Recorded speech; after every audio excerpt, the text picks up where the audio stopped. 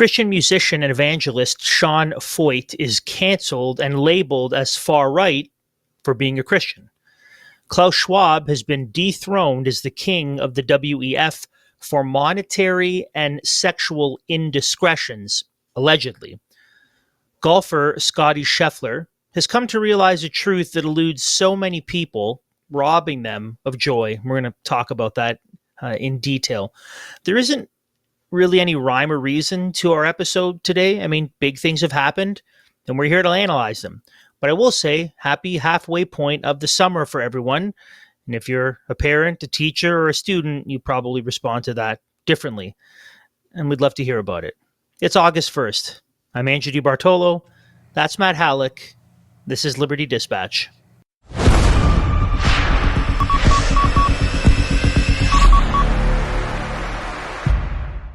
Hey, and welcome back to Liberty Dispatch, where we bring you Canadian news and analysis from an unapologetically Christian perspective.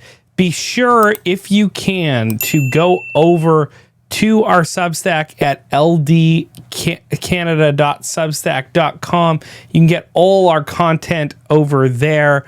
And wherever you're getting us from, whether it be YouTube, Rumble, doesn't matter. If you like what we do, you know what to do. And we would suggest that you comment, like, subscribe, rate, and review. It helps us with the algorithm greatly. Over at our LD Canada page, Andrew, if people sign up to be a paid subscriber for a very nominal fee, you get absolutely everything that we do. And we have some great episodes, some wonderful behind the walls segments of some interviews we've done with one wonderful guests, and we have some wonderful interviews coming up as well, that if you want full access to all those spicy little nuggets that we hide behind the paywall, you're definitely going to want to subscribe over at ldcanada.substack.com. And we're appreciative to all those who have done that, because it helps us continue to keep the lights on, continue to do what we're doing. It's an amazing privilege to be able to bring you this podcast and to have your confidence with your support. So we appreciate it, especially in this economy, especially in this climate. Andrew, it's not lost on us that those can go to just about anything else. So we really appreciate it, and it's good to see you again, brother. It's been a week. Let's get to it. I know we have a lot to do.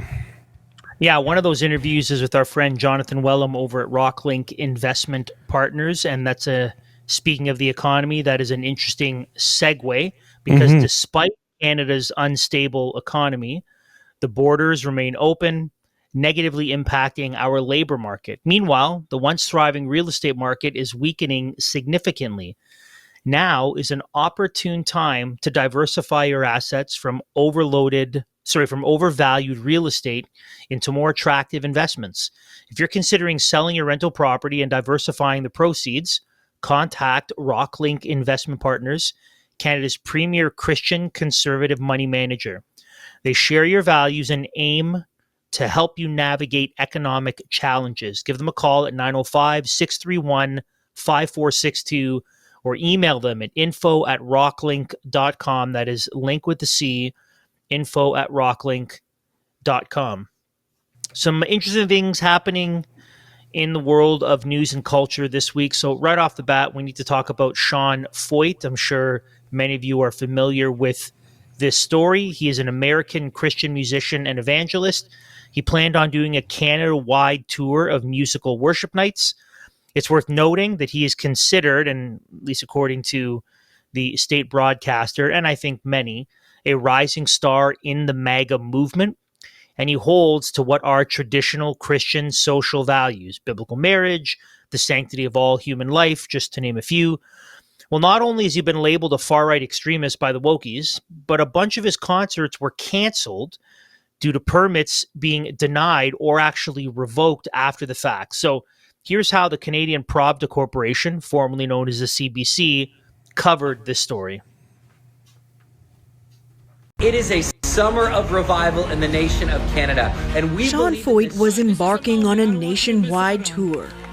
I have not felt this level of resistance in a long time. His permits to perform in public spaces in multiple Canadian cities have been revoked or denied, but he's finding private spaces to continue. Fling wide the gates of Canada.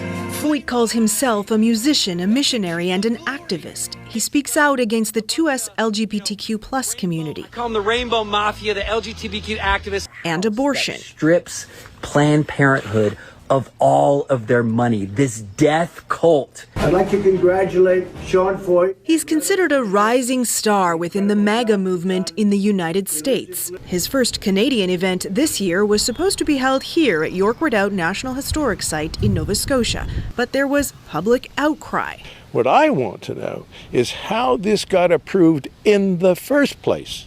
Then Parks Canada revoked his permit, citing safety concerns. Various municipal governments have followed suit. I think that just shows a lot of respect for the queer community on their end. In a statement, Feucht says, if I had shown up with purple hair and a dress claiming to be a woman, the government wouldn't have said a thing. But to publicly profess deeply held Christian beliefs is to be labeled an extremist and to have free worship events classified as public safety risks. It was very peaceful. These Nova Scotia pastors hosted Feucht at their home Wednesday night. He was here and had no political agenda, just the gospel and his love for Canada. We got slandered with a lot of abuse, a lot of very hateful emails, texts. This expert says limiting free speech is a fine line. Because somebody says something I find hateful is not a justification for silencing that person. Feucht is planning another leg in Western Canada next month, including one at the Alberta Legislature. It's unclear whether those events will proceed. Kayla Hounsell, CBC News, Halifax.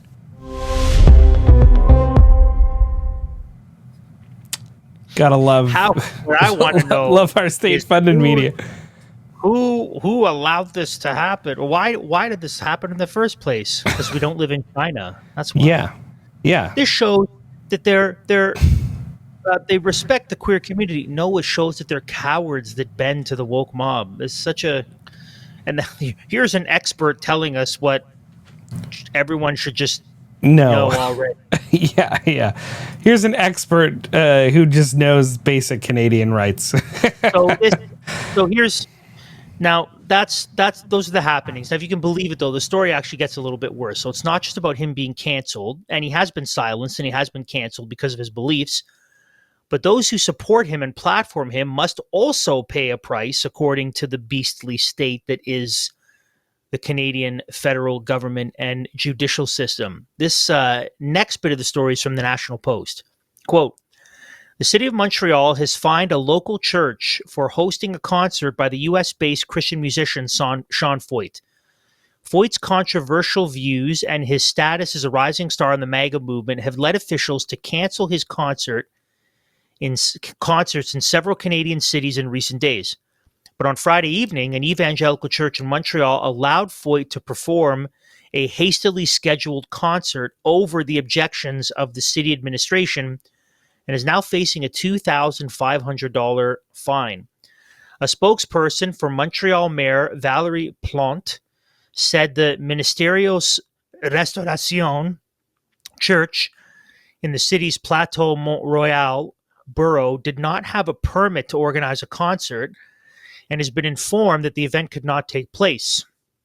Quote, this show runs counter to the values of inclusion, solidarity, and respect that are championed in Montreal. Freedom of expression is one of our fundamental values, but hateful and discriminatory speech is not acceptable in Montreal, close quote, Philip Mass said in a statement. A ticket was issued because the organization violated the regulations by going ahead with the show. Protesters gathered outside the church during the concert Friday evening. Montreal police say they arrested a 38-year-old man for obstruction. They also say a smoke bomb was set off inside the church during Feucht's performance. Feucht reacted Saturday on social media to the event in Montreal, claiming that 2 smoke bombs were thrown at his head during the concert. This is what he said. Now you want to fine the church for doing what the church does, worship? Every Canadian should be embarrassed, concerned with this. No bigger scandal in Canada, close quote. Except for the fact that this is exactly what we went through during COVID. This is exactly what the state thought that they could do, is tell the church what you can and can't do with regards to worship. But I guess here, welcome to Canada, Sean Feucht. Welcome. Yeah, this is how we do it up here. This is full-blown Canadian tyranny. And, I mean, there's no more tyrannical hellhole that's anti-Christian to its core than Montreal, the most populous city of Quebec. It's unbelievably disgraceful. Not at all surprising, but unbelievably disgraceful. They and their story straight too. Which one is it? Is it because they didn't have a permit, or is it because they oppose the values of Montreal? Which is interesting. That's the mayor's way of saying traditional Christian values are not welcome in Montreal. They're not a part of our city. 100%. But I don't know which one it is. Is it both? Is it one? It's speaking out of both sides of his mouth. No, exactly. And what kind of permit does a church need to have a worship service in it? Like a free one too, yeah. Like it's free. Like how would they require a permit to use their own facilities for this concert? If you call it a concert, a worship, like that's what churches do, right? This is so beyond the pale. It's crazy. And it's funny though, because you see that expert, and that expert's like, you can't do that. We know the CBC, we know their leanings. We know that if they could have found an expert that said, good. He should not be able to speak. They probably would have put him on, but what is very clear is even if he's not a Canadian citizen, while he's in Canada, he's under the charter, and governments can't do what they did in fining and stripping him of his ability for basically freedom of expression, freedom of religion, and freedom of assembly. But again, the charter throughout the entire COVID crisis, like you mentioned, Andrew, it didn't do anything. And again, here we have a moment where the muster of the charter is tested. Our rights under the charter are tested. And again, it fails miserably in the hands of a tyrannical government. And regardless of I don't know the Feucht guy. I don't know Sean Feucht. I've never listened to him. Obviously, if he's pro-life, if he's calling Planned Parenthood a death cult, which it is, thumbs up. He's right about that. How many times have we called the 2SLGB community the Rainbow Mafia? We're aligned there. As I think theologically, he's of the charismatic, persuasion. I think he was kind of known for doing Bethel music stuff. Obviously, we're not aligned, not even really in the same universe on some of that stuff. But obviously, he has the right to do what he's doing, touring around Canada, playing worship music. And I think you make a great point, Andrew. They have to get their story straight, because what is it? In one hand, did he not have the right permit? Well, why are you denying permits? Because of safety? Well, what does that mean? Is it a safety threat because he doesn't hold to your stated values? Well, that's unbelievable. That's so contra the charter. It's laughable. But I mean, this is par for the course here in Canada. So, Lord, I'm thankful though. It's just another opportunity to expose our tyrannical Canadian governments for what they are, and show how much they prove, Andrew, very quickly our premise of the last show that we did right. They prove that right in the way that they're behaving throughout, this whole situation. I don't think Sean Feucht was a well-known figure in Canada at all. No. at all. And it's through what has been going on with this situation that people are across Canada are talking about him.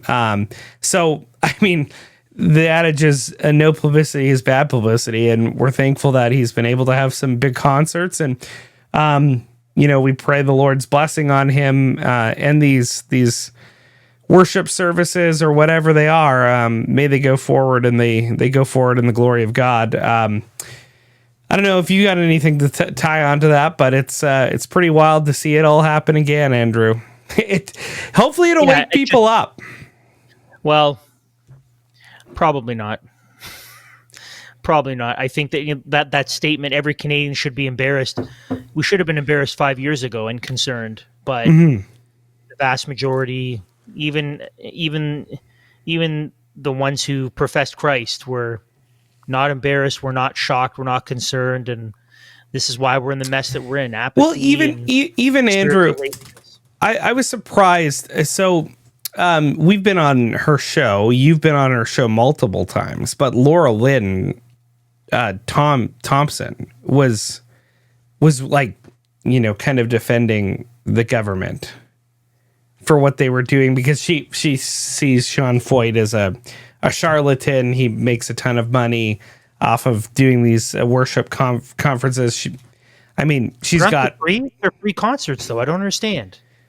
Well, but I'm sure he sells merch. I mean, he was with Bethel Music. They're massive in the worship scene. Like, he has a lot of money. He's doing these tours. I think he's made a lot of money. So she's got a bee in her bonnet, and she might be right. Like I said, I don't really know that much about the guy. I mean, I can tell you if I'm not aligned with Bethel in any way, shape, or form theologically, or even just aesthetically with the music and everything. But that's kind of missing the forest for the trees. Right. Like, regardless of whether you like him or not, he has every right to do what he's doing. And that's the point of of the story, is the intolerances are showing their true colors. Is they're only tolerant of those who will bow the knee to their woke ideology. That's what they're tolerant of. If it was a some purple-haired man pretending to be a woman, this wouldn't have been a problem. No, exactly. I mean, he could have been, scantily clad, stripping in front of children in a park, and our government would have been fine with it. Right. Yep. Right. I mean, we know that they support. Public facilities across our nation, libraries, have supported Drag Queen Story Hour, which we've shown in queer literature is a alternative mode for kinship, and it's grooming to the nth degree. But our public officials laud it. They praise it because they are ideologues. But a wild story. We'll keep an eye on it because his tour continues. I know in my neck of the woods here in Winnipeg, he was just denied a permit for a public space. So we'll see if it goes on with him as well. But I'm really interested to see what kind of comes from this. And Lord willing, the Spanish language church there in Montreal, that's evangelical, will be able to push back against this fine, because it's so obviously absurd, but we'll see what happens. Inflation through the roof. Food costs went up 10.6% in February. Censorship of dissident voices, freezing of bank accounts. Justin Trudeau invoking emergency powers against the truckers. Banks can now freeze their personal accounts, the accounts of anyone linked to the Freedom Convoy. Digital surveillance and communism spreading. What do we want? Basic income! With the basic income, and I felt a sense of security because I didn't have to worry about not going hungry, and I didn't have to worry about being kicked out of my apartment. The government is on the verge of bankruptcy, and they're coming for your money. Canada's federal debt increasing in real time, now surpassing $1.2 trillion. This debt is draining taxpayer dollars, with interest alone costing $54 billion this year. It's time to break free and start saving in money they can't take from you. you. Since 2013, the folks at Bull Bitcoin have one mission: destroy central banking. Bull Bitcoin is the most trusted Bitcoin company in Canada. They empower you to buy, sell, and pay bills with Bitcoin. They are 100% non-custodial, which means that you always maintain full control over your Bitcoin, allowing you to reclaim your financial sovereignty and secure your wealth for the future. Their customer support will assist you throughout the whole process, helping you get your hands on the hardest money ever created. Escape their financial gulag, click on the link below, and start buying Bitcoin today.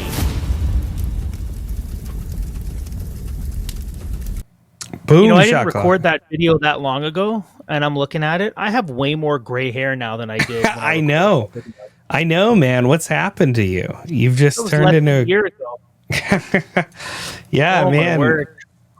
You're getting old, Andrew, and I'm sure I haven't gotten that old in the last 6 months. I've only aged 6 months. I guess that's what having multiple twins multiple twins. I mean, that's what having twins and 5 children will do to you, and the type of schedule that you have.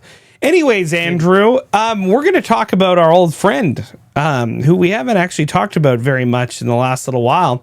And that's one Dr. Evil, exactly. And that is obviously Klaus Schwab. And if a lot of you... The Schwabinator. Yes. And perhaps people haven't been paying attention because he hasn't been the face of the WEF for a little bit. Very, very bad boy. He is a very, very bad boy, and he has been summarily thrown under the bus because he is a bad boy for, we'll bring you the story, but for alleged misdoings. I'm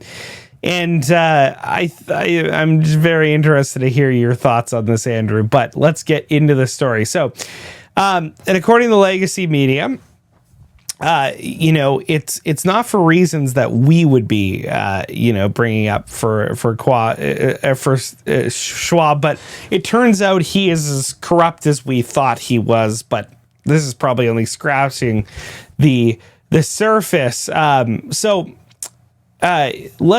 take a look here. So this is a story from the Telegraph about Klaus and his misdeeds. So Klaus Schwab, the undisputed king of Davos for the last 55 years. But when his downfall came, it was swift. This is from the Telegraph. The 87-year-old founder of the World Economic Forum, the WEF, which holds the annual conference in the Swiss Alpine ski resort, fought until the end. But over 2 days in April, beset by allegations of misusing WEF funds, manipulating research, that's a big one, and inappropriate behavior with staff, who's surprised, he was forced out of his personal fiefdom. One WEF insider told the Telegraph, quote, he had the chance to step back 10, 7, 5 years ago, but he hung on. On Sunday, the early findings of a second investigation into the WEF were leaked. They alleged that Mr. Schwab had misspent WEF money and manipulated research for political reasons. Oh, go figure. It's almost as if it was an ideological think tank that was forwarding an agenda on the entire globe. Almost like that, including rigging data to make Brexit look like a failure, right? Because that was what he was against. Mr. Schwab also allegedly put his crotch in front of a female staffer's face, splurged $50 million on a luxury villa, and ran up to 836,000 euros in expenses that were not sufficiently linked to WEF activities. His credibility now lies in ruin. Come on, now? And the future of Davos is openly questioned. Some see the investigation in response to a whistleblower complaint as a barely disguised attempt to push out Mr. Schwab. That is absolutely what it is. For his part, he denies any wrongdoing. One person close to the organization told the Telegraph, quote, "He wasn't perfect, but he has stitched up because he has been stitched up because he wouldn't go when people wanted him to go." Other insiders fear that the push to remove Mr. Schwab will come at too high a reputational cost for the WEF itself. Quote, "They've used the sledgehammer to crack a nut," one individual said. It is an astonishing fall from grace for the former executive chairman, who was awarded an honorary knighthood by the UK in 2006. No wonder the UK is in bad trouble. The German-born professor, potentially of a Nazi father, built his empire from humble beginnings. Wealthy Nazi father, establishing the WEF in 1971 as a forum for policymakers and chief executives to discuss global issues. Well, that's a euphemistic way to talk about what he actually did. Over the years, it mutated into a magnet for world leaders, capital of fevered deal-making, byword for elitism, and a lightning rod for conspiracy theories. All of which are absolutely true, because you could just read their own stuff. Yep. But there you go. Klaus. Yep. He's out, man. He's a bad guy. Interesting, though. It sounds like they've been trying to push him out for decades. Well, the one quote, right? He could have stepped back 10, 5, so, you know. Yeah, so I got thoughts about that. Yeah. But anyways, if that's true, it's like, well, who are the cowards who wouldn't get him out? And you let him hobnob with all the world's biggest figures while he was acting in unbelievably corrupt ways, and you were forwarding your agenda on everybody while he was running as a tyrant in the WEF by himself and nobody could house. Like, all of this smells to high heaven, Andrew. Yeah. Well, we'll get into the rest of the article before I tell everyone what's really going on. I'll tell everyone what's really going on. But before that, the article continues. The title of his book, this is one Dr. Evil, Klaus Schwab. The title of his book, The Great Reset, about how the pandemic could remake global economies, has become shorthand for online extremists convinced that plots to create a world government are hatched at Davos. We're not extremists, and it's not a conspiracy. Mr. Schwab, the quintessential Davos man, was front and center every year as he welcomed a galaxy of heads of state and government.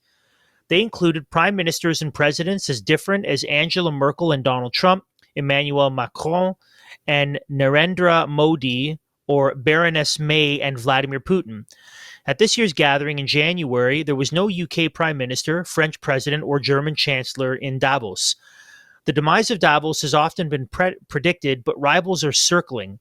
China has the Bao Forum, colloquially known as the Asian Davos, and Saudi Arabia has launched the Future Investment Initiative, which is dubbed Davos in the Desert. The rumblings of what would become an avalanche of revelations about Mr. Schwab began with a 2024 investigation by the Wall Street Journal, which accused the WEF of having a workplace culture that was hostile to Black people and women. Women were allegedly sidelined after becoming pregnant, while 2 staff members used the N-word, according to the Journal. The WEF said that at the time it had zero tolerance for discrimination and harassment and disputed the allegations in the newspaper report. Staff alleged that Mr. Schwab was inappropriate and made unwanted suggestive remarks. One female staffer claimed that he had put his leg on her desk with his crotch in front of her face. She said Mr. Schwab told her that he wished she was Hawaiian because he would like to see her in Hawaiian costume, which the WEF fiercely denied. Others told the Wall Street Journal that attractive women were chosen to meet international delegates, which we know this is the case from Davos a few years ago. This is no surprise to anyone that super expensive prostitutes were gathered at the hotel, specifically made available for anyone who wanted them. This is not a shot. We know this. The way that the Telegraph covers this is so euphemistic. It's like attractive world women, aka prostitutes. It was widely reported that prostitutes, high valued escorts, flock to Davos to intermingle with all the world's biggest officials. Intermingle. Yeah, that's a bit of open secret. Like, why not have a little integrity, the Telegraph, and actually report in facts? I'll tell you why in a minute. So, continuing. There was a slang term for such encounters, white on blue action, a reference to the different colored lanyards worn at the conference by officials and famous guests. Former staff at the nonprofit were reported to have set up a WhatsApp group called W.E. Fugees, in which they shared horror stories about their experiences, or W.E.F.U.Gs. That's probably better. Refugees. Yeah. Well, okay. Refugees, W.E.F.U.Gs, whatever. It doesn't matter. I don't care. A former staffer told the Journal, "We promote inclusion and improving the state of the world and women's issues, but do the opposite." Close quote. Listen what's going on, people. Don't be caught up by this, okay? This is what's actually happening. And I'm going to use a similar example. Mm-hmm. The Liberal Party, okay, Justin Trudeau, I knew, okay, I'm trying to figure my entry point here. Because I'm going to go, and then it's all going to happen. So it's going to come out. It's one stream of consciousness. He's just got to get a good start. I have to get on the right foot. Like when you're on an escalator, right? If it's moving fast, you got to make sure you get, or it's all going to happen. So, well, Andrew, can I say something while you're collecting your thoughts? No, we're good. Okay. Okay. I knew that once the Liberal Party and the legacy media began to turn on Trudeau, I knew two things. One, his demise was certain. And two, the only reason they were doing it is because they needed to make him look as bad as possible so the person that would replace him would be palatable and accepted by the base and by the fringe, because the last thing they wanted was another one like him. Which is why Mark Carney is very much not like Trudeau on the face of it. Trudeau's young with his flashy hair, and he's a drama teacher. Mark Carney is older with all his white hair and presents himself as more statesmanly, and he's a banker. So, but all of it was all theater. There was no actually turning on Trudeau. He served his purpose. 8 years in Canada, he served his purpose. 10 years in Canada, he served his purpose. And when it was time for him to go to replace him with someone worse, the play between the Liberal Party and the legacy media was to make him look really, really bad so that we'd all realize, oh, yeah, we hate him. So that then when they presented the next person, it would be even more acceptable. And what were people saying? The Liberal Party's done. They're not going to make they're not going to get official parties. Everything we're reading in this article, this is the end of the WEF. They've ruined themselves. This is all just fluffy theater. What's actually going on here is a similar thing. He's 87 years old. His time's coming to an end.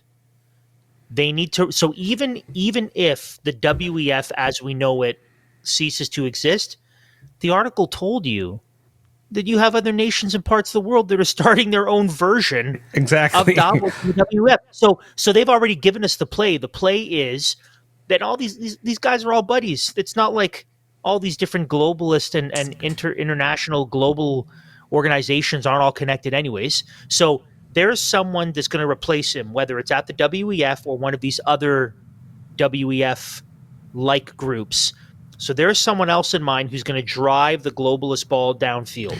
Yeah. And in order for people to accept this guy, or in order for them to respond to him favorably, they need to make Klaus Schwab look as evil as possible, drum up all this stuff, say how terrible he is so everyone says we hate him, so that when they present the next person or the next whatever, everyone will go, oh yeah, it's so much better than that buffoon. But all of this is theater. No one's turning on him. No one's actually upset with him for being a womanizer and a bigot. They all are. So there's no. So I mean, they were all part of it. Yeah, no one's mad at him. He's just now he has to fall on his sword so that the globalist agenda can further. That's what's happening here. Yeah, no, exactly. So I in response to this article, I wrote on X a post, and it gets to exactly what you're saying, Andrew. Do not be fooled, anyone, at what's going on here. This is what is known as a limited hangout. And that's along the lines of exactly what you're talking about. So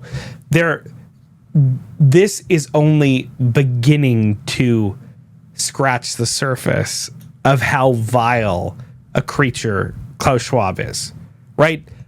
I'm sure this is just, a few of the things over his 55 years of running the WEF that Klaus Schwab has done. And what we're seeing is the Bond villain became too toxic for the WEF brand. And like you're saying, he's old, he's going to have to retire anyway. Perhaps maybe he was such an egomaniac, perhaps the God concept was so big for him that he wouldn't leave and he had to be forced out. And this is the way that they've gone about doing it. But make no mistake, this is only scratching the surface of how truly evil Klaus Schwab is. But it's not only Klaus Schwab, it's the entire WEF, it's the entire world think tank. It's awful. And Yuval Noah Harari is probably worse than Klaus Schwab. Oh, absolutely. And he's the epitome of transhumanist. Yeah, exactly. And it's exactly what you're talking about. The WEF is going to do this. They're going to attempt a reformation and issue a myriad of apologies, right? They'll give some mea culpas. They'll say, sorry, Klaus was a bad guy. We are really, truly about inclusivity and diversity and, stakeholder capitalism, all these euphemisms that they use. They're just communists, let's be honest. Like, he has a bust of Lenin in his office, Schwab. These are the people who have been running the show. When you say Lenin, do you mean Vladimir Lenin or John Lennon? Because I think they're equally as bad, maybe? Well, they're both communists, but I'm talking about Vladimir Lenin. Both Lenins, both Lenins are bad. Yeah. So we can't be fooled, because even with Klaus Schwab's ouster, there is no reason whatsoever, 0% reason to believe the WEF has changed its basic worldview. I mean, they haven't. There is no way that the Telegraph is allowed to write this article without the express permission of some sort of globalist body. Like, there's no way that this article gets... In fact, I don't even think it's a matter of someone doing some intrepid journalism. No. I really think that the Telegraph, all this information was given to them, and they were basically 100% release this article because we need to bury Dr. Evil so that whoever we put in place after him will be accepted, and everyone will think, like you said, everyone think we've changed and we're better, and so people will be more welcoming to us. Yeah, they're trying to salvage the WEF brand. They are, because it became too toxic, and which hey, we can sometimes sound a little skeptical, a little cynical maybe about the whole situation, but this goes to show you that through programs like ours and other programs shining the light on what the WEF is about, we took this organization that's been shaping global policy for 5 decades, and we so smeared it and ran it into the ground by just showing what they're saying and what they're planning, that they had to do this to Dr. Evil himself. I mean, that shows you this type of thing is no small feat. Us having these questions, us exposing the darkness, does matter at the end of the day. So we can take heart about that.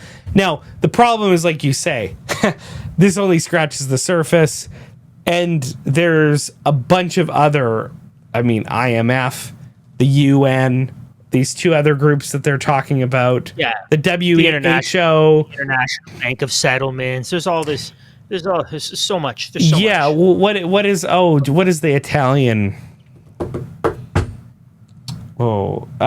International Council for Foreign Relations or something. The CF Council for. There's so many of them, right? Klaus didn't just invent this type of hobnobbing, but his was probably maybe the most open about it.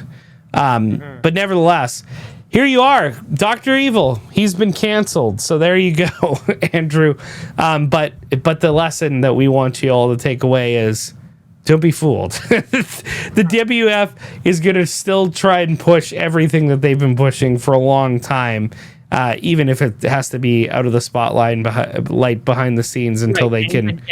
And even if they put all of their effort into some other organization and the WEF proper, does close up shop, it's still the same people and the same agenda with the same money and the same influence. So they're not going away. Don't buy into this show. Don't buy into the show. But here's what you should be buying into. Here's what you should be considering. You're a professional, Andrew. That was a great segue. And I'm not, because you're not supposed to mention the segue. You're supposed to go into it. But good job. Right. Thank you. Bitcoin is not just another investment. Okay? It's a powerful shield against totalitarianism. Maybe you've been putting off learning more because you don't have time to go through the tutorials, the guides. There's so many videos. What's the blockchain? What's the ledger? How does Bitcoin work? How do the nodes work? What's Bitcoin mining? What does it mean to hodl? There's all this stuff going on. You just don't have the time for it. I get it. I understand. That's why Bitcoin Mentor is here to assist you. Bitcoin Mentor has helped thousands of clients, including political dissidents, learn to confidently secure Bitcoin for themselves and their families. You can book a free strategy session by heading over to bitcoinmentor.io/AFF/liberty. The team isn't just knowledgeable about Bitcoin, they're committed to integrity, privacy, and self-sovereignty. So take the first step toward protecting your wealth today. If you want to learn more about Bitcoin, if you want to get more information on how to buy it, how to store it securely, what's a wallet, what's cold storage, how do I make sense of the 12 or 24 word password code? They can help you. And you can get a free strategy session to have those initial questions answered. Again, that's bitcoinmentor.io/AFF/liberty. And they can help you accelerate and begin your Bitcoin journey today. Amen. Why wouldn't you make use of that? Get over there. Do it. It's free. It's free. Make use of it. It's free. Do it. Yeah. Andrew. Just call. Even if you call them up and say, hey, what's a cold card? What's a cold storage wallet? Just do that. I don't know what that is. Great. I know about Bitcoin, but I don't know about cold card, the MK3, the MK4. What's that? Call them and ask them. They'll tell you for free. Exactly. Definitely make use of them. And it helps us, right? It helps us to send people their way to get in contact with them, to do business with them. That would be wonderful. Andrew, I'm glad you brought this story across our plate here today. There's been some interesting stories going on with advertisements lately, and surely the whole Sweeney thing with American Eagle is a part of it. But what we want to talk about, maybe we'll talk a little bit about that in conjunction with this. But Scottie Scheffler. Hold on, what are we going to say about that? What we're going to say is that conservatives aren't conservatives, and Toby Sumpter was right. So Toby Sumpter wrote an article years ago. We're going to do the Sweeney now. Okay, you go for it.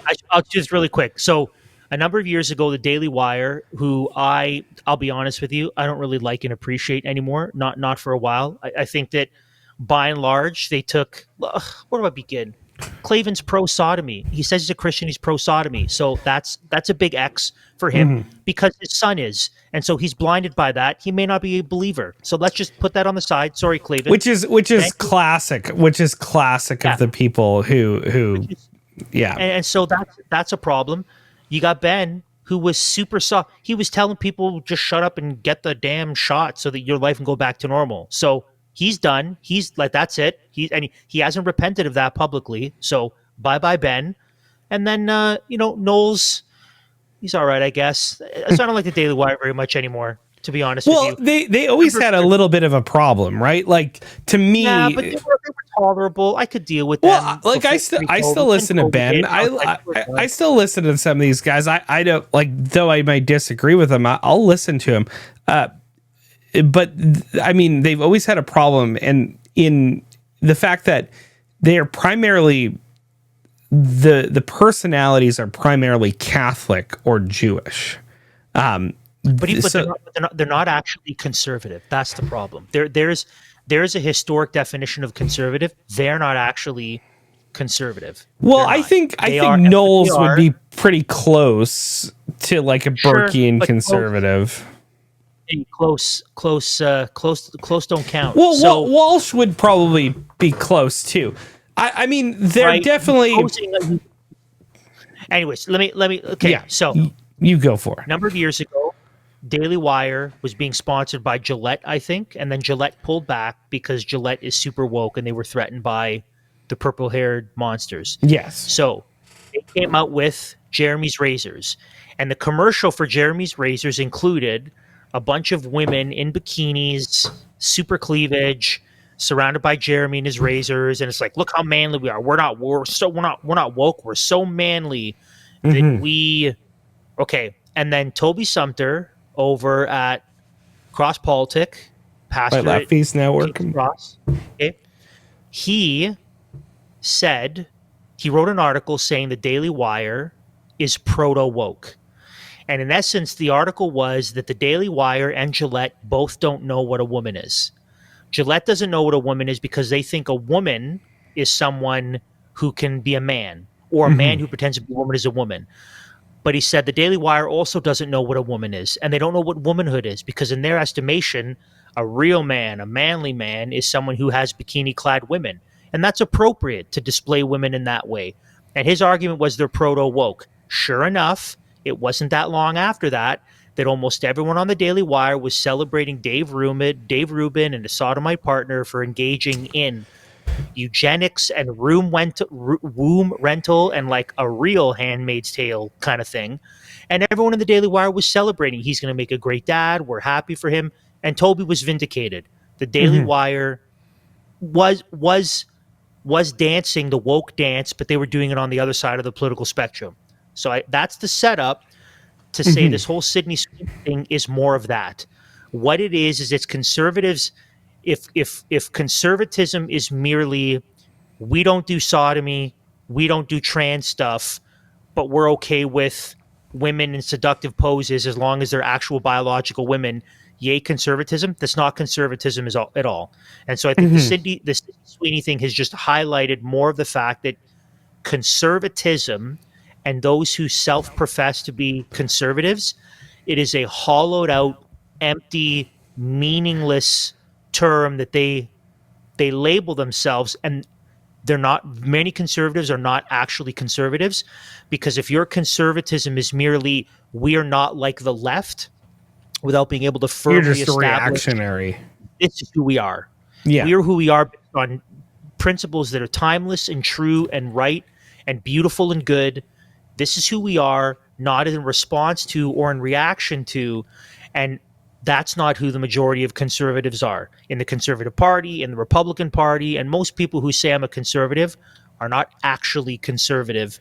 And the Sydney Sweeney thing, like the Daily Wire, Jeremy's Razors thing, is just showing us that the conservative movement is a hollowed out, empty, meaningless type of movement that is simply a reaction to, and in many ways, a mirror image of the woke left, just on the other side of the political spectrum, and needs to be abandoned. It needs to burn to the ground so that we can actually build a true conservatism, because it's cancerous and it's lifeless and it's not actually going to help us. Yeah, and that's why we say a Christless conservatism cannot avail, because true conservatism has to be conserving basic principles and a basic way of life. It can't just be conserving some sort of is some sensibilities at one decade in the long line of history, right? Like, oh, we're happy we're going back to, I guess, the 19 7, like I don't know what we're like, where at least we know men are men and women are women, and we can use hot women for advertising. And the problem is conservatives say, "Oh, look how successful we are. We have a woman in sexualized poses that's a biological woman. Victory for conservatism." Like that's what they're saying. Look, at least it's not some sort of tranny. Like no. How about what the Bible actually says and what God actually says about womanhood and what is to be honored and what a true woman looks like? Because I'm telling you, it don't look like that chick for the American Eagle ads. That's not what true womanhood looks like. And she's like Sydney Sweeney. I think a lot of people like her because she doesn't apologize, right? It doesn't seem like she exists in the longhouse. So she's a little controversial, and she doesn't live under the liberal gaze. So they appreciate that. Very good looking lady who doesn't give in. But I mean, if you've seen any of Sydney Sweeney's stuff, she's like exceptionally vulgar, like swears all the time.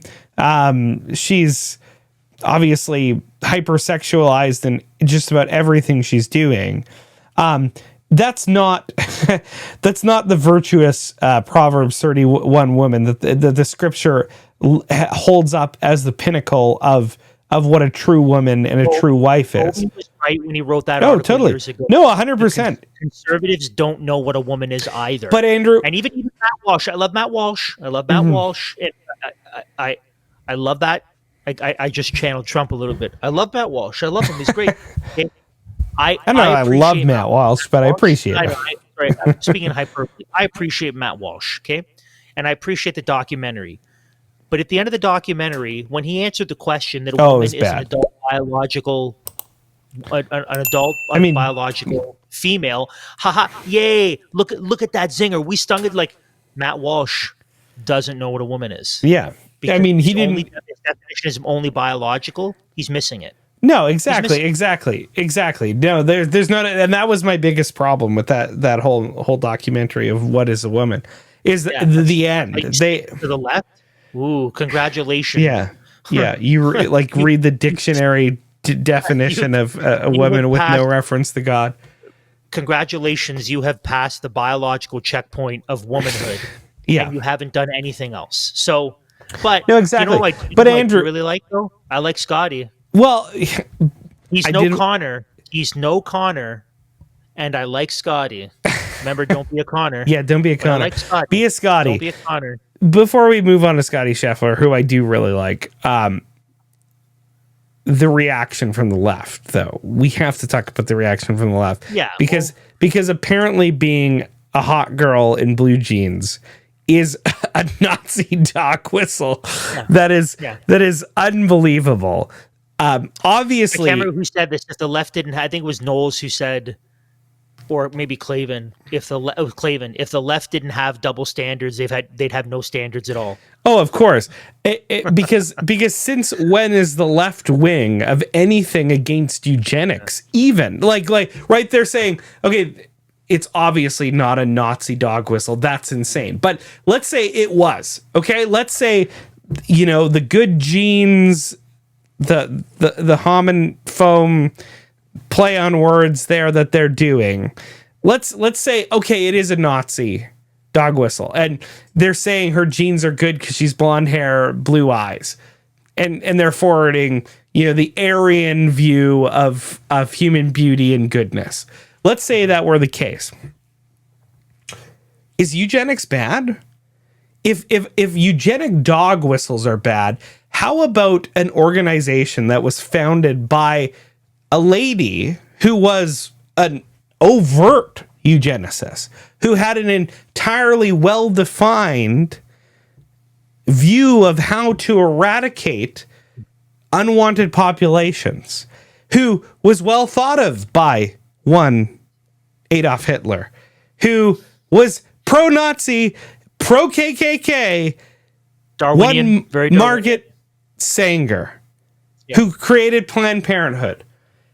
If a Nazi dog whistle in this ad is so bad, then why isn't Planned Parenthood canceled in the eyes of leftists? If eugenics is so bad, why are WEF types like Yuval Noah Harari the pinnacle of progressive thought in the world, the world leaders in global policy? If eugenics is so bad, why do you support abortion and euthanasia?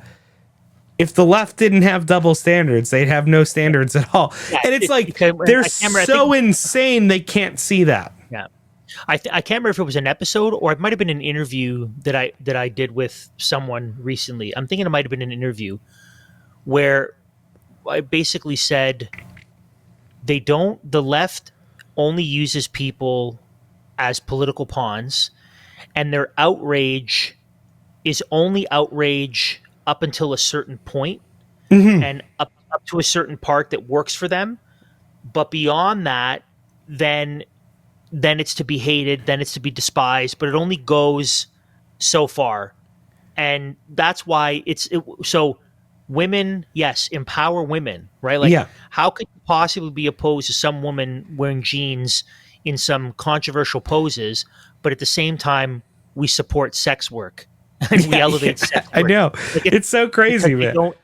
It's these random. But you know what that points to? Works to make the argument. That points to, it's utterly Hegelian, right? History uses people, then discards them.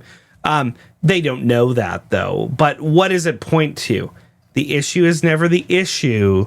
The issue is always the revolution. And that's what they're trying to forward. So they don't mind double standards if it pushes back or subverts whatever cultural paradigm that they're looking to subvert.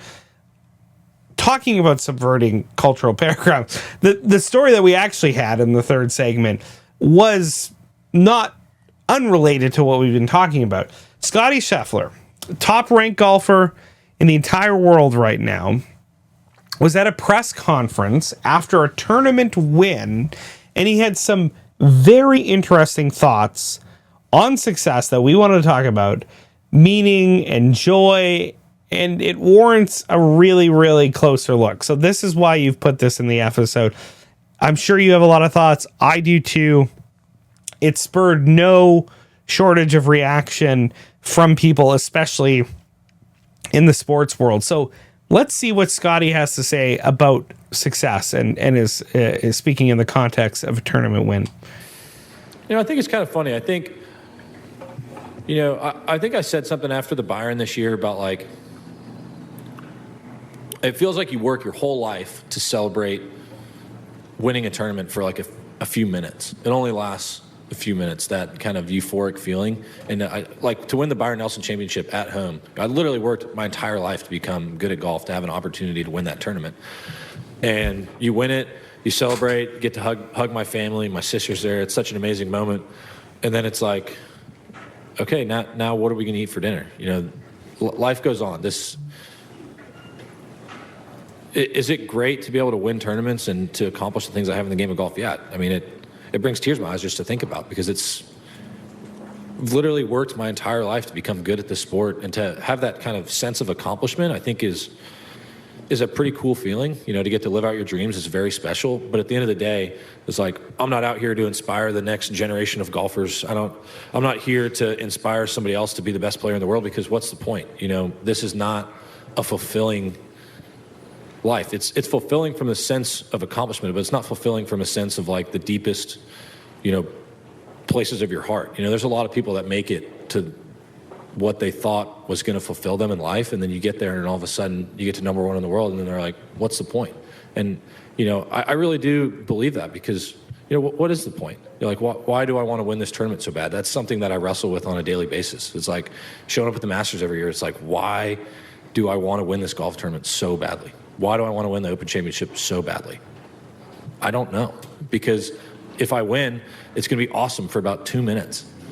And then we're going to get to the next week, and it's going to be like, hey, you won 2 majors this year. How important is it for you to win the FedEx Cup playoffs? And it's just like, we're back here again, So we really do. We work so hard for such little moments. And, I'm kind of a sicko. I love putting in the work. I love being able to practice. I love getting out to live out my dreams. But at the end of the day, sometimes I just don't understand the point.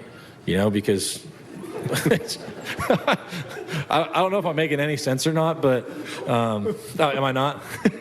It's just one of those deals. You know, I love the challenge. I love being able to play this game for a living. It's one of the greatest joys of my life, but does it fill the deepest, wants and desires of my heart? Absolutely not. I mean, I love playing golf. I love being able to compete. I love living out my dreams. I love being a father. I love being able to take care of my son. I love being able to provide for my family out here playing golf. And, every day when I wake up early to go put in the work, my wife thanks me for going out and working so hard. And when I get home, I try and thank her every day for taking care of our son. It's just, that's why I talk about families being my priority, because it really is. I'm blessed to be able to come out here and play golf, but if my golf ever started affecting my home life, or it ever affected the relationship I have with my wife or with my son, that's going to be the last day that I play out here for a living. This is not the be-all, end-all. This is not the most important thing in my life, and that's why I wrestle with, why is this so important to me? Because, I would much rather be a great father than I would be a great golfer. That at the end of the day, that's what's more important to me. I mean, playing professional sports is a really weird thing to do. Like, it really is, just because we put in so much effort. We work so hard for something that's so fleeting. I mean, it really is. Like, the feeling of winning just doesn't last that long. When I sit back at the end of the year and, I kind of try to reflect on things, like having that sense of accomplishment from winning the Masters tournament, from winning the PGA Championship, I have a deep sense of gratitude and appreciation for it. But it's just hard to explain how it just doesn't satisfy, is how I would describe it. It's an unsatisfying venture. And so I guess what I'm trying to say is this is not the place to look for your satisfaction. This is something that's where you can have a great appreciation for, and a great a great amount of thankfulness for being able to do this. And like I said, it's literally one of the most fun things that I can do in my entire life. I love being able to come out here and play golf and compete. But at the end of the day, it's just not what satisfies me. And that's wonderfully said, Andrew, because you're not meant to find satisfaction in that, right? The chief end of man is to glorify God and enjoy him forever. And we find our identity and satisfaction in God alone, right? Augustine said, the human heart is restless until it finds its rest in thee, speaking of God. And Scottie's not the only person to ever talk this way. In fact, one of the people who came out and kind of was disagreeing with Scottie was Tom Brady, one of my favorite sports idols. And, as much as I've obviously big fan of Tom Brady, New England Patriots, that was my team for a long time. Tom is totally wrong here. Tom has destroyed his entire family because he pursued football at all costs. Scottie has his priorities right, and in after a tournament one time, I believe Scottie even said that golf doesn't define me. My relationship with Jesus Christ defines me, and I think that's what Scottie's doing. He's very outspoken about his Christian faith, especially there's a Netflix documentary where, despite being the number one, I feel like they don't actually show him too much. Maybe because he's, awkwardly too Christian for them. But I think that's what he's getting at, because even the guy who criticized him, Tom Brady, there's interviews of him, I think after winning his third Super Bowl. He says exactly the same thing as Scottie Scheffler says, is when I won the third one, all I wanted to do was win the fourth one. And it's on and on and on, because you're not meant to find your satisfaction in that. And I appreciate Scottie giving his time, giving the effort. I would have loved for him to just come out when that guy asked him, where do you find your satisfaction? And say, in Christ alone. That would have been a great opportunity. But I think he's at least, bringing up the conversation to talk about this very thing at the highest level of sport in the world. So thankful for that, and praying for him and his family. and appreciative of him bringing this up. So, Andrew, your thoughts on the Scottie Scheffler controversial video that also came along with the ad from Nike, which was also a picture of his son crawling on the golf course, and it said already won on it or something like that. But again, kind of highlighting what he talked about in this presser. Well, that was essentially a modern version of reading a portion of Ecclesiastes. Yes, exactly. So if you read through Ecclesiastes, you hear Solomon saying, "I was the richest, wisest man in the world, the most amount of women. I had entire forests planted in my name. I threw parties where we had, we barbecued thousands of cows. Like I did everything." Okay? Solomon's like, I did everything. And what I found was that it was unsatisfying. It's not enough. All the money that I could get, I would die. It would go to someone else. All of the possessions that I could amass, I can't take them with me after I die. And nothing in and of itself satisfies. And that's why Solomon's conclusion at the end of Ecclesiastes is, okay, so what is it that man must do?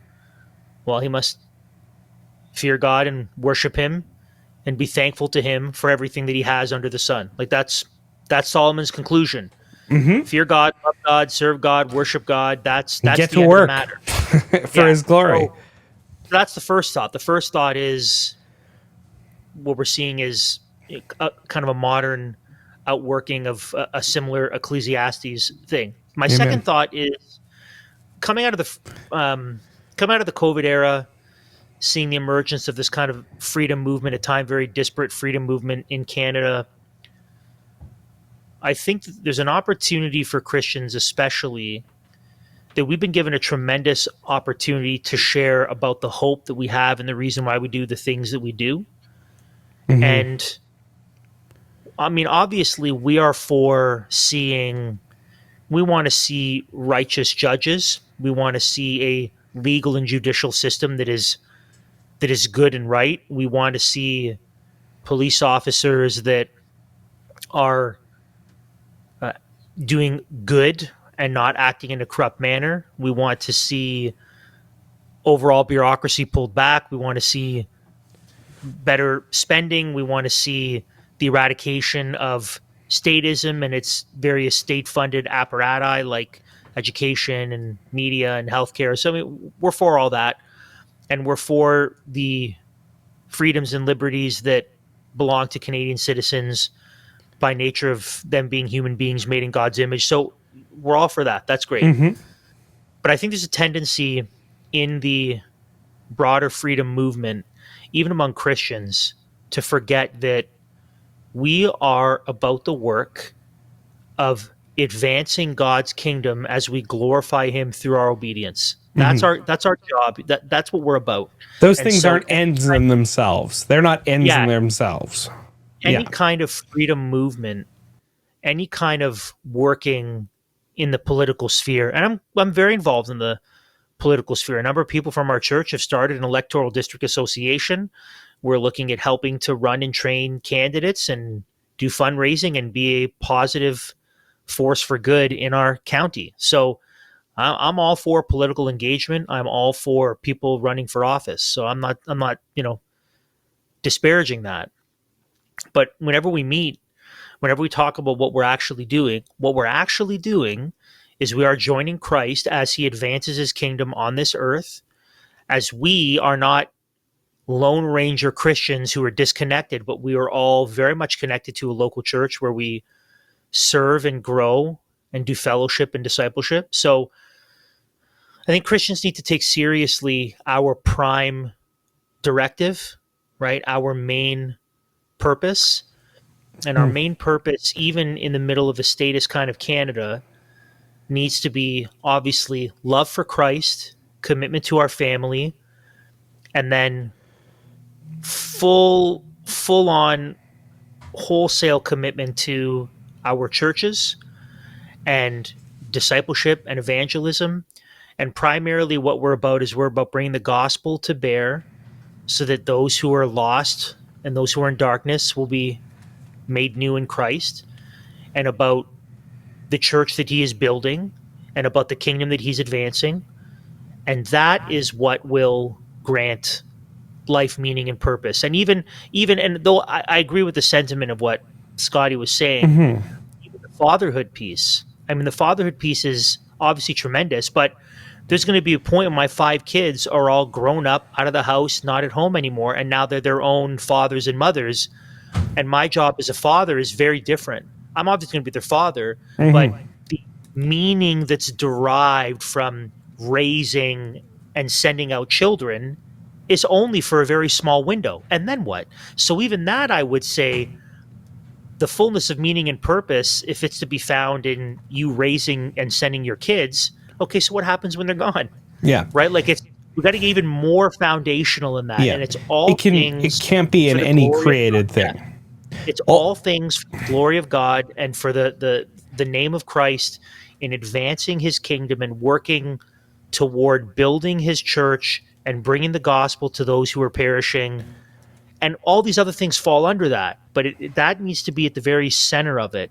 I don't want a free Canada for the sake of having a free Canada, though I would love to have a free, righteous Canada with good laws and godly elected officials. I want that. But what I want more than anything else is I want to please the Lord, and I want to glorify the name of Christ, and I want others to see him and love him and grow in their knowledge of him. And if that's what drives my parenting, my work, my church life, my political engagement, if that's what's underneath all of it, then it will be deeply satisfying. And even if the surface things go away, you lose a job, your kids move out, tragedy befalls your family. If all you do is take away the thing that's propped under the purposes of Christ, then you can't take those away from me. No. And therefore, I'll always have that deep joy, meaning, and purpose. And I would challenge Christians to really think about, why are you doing what you're doing? And don't just give lip service. Like, really, why are you doing what you're doing in your political, social, cultural engagement as a parent? But just, why are you doing it? What's holding it up?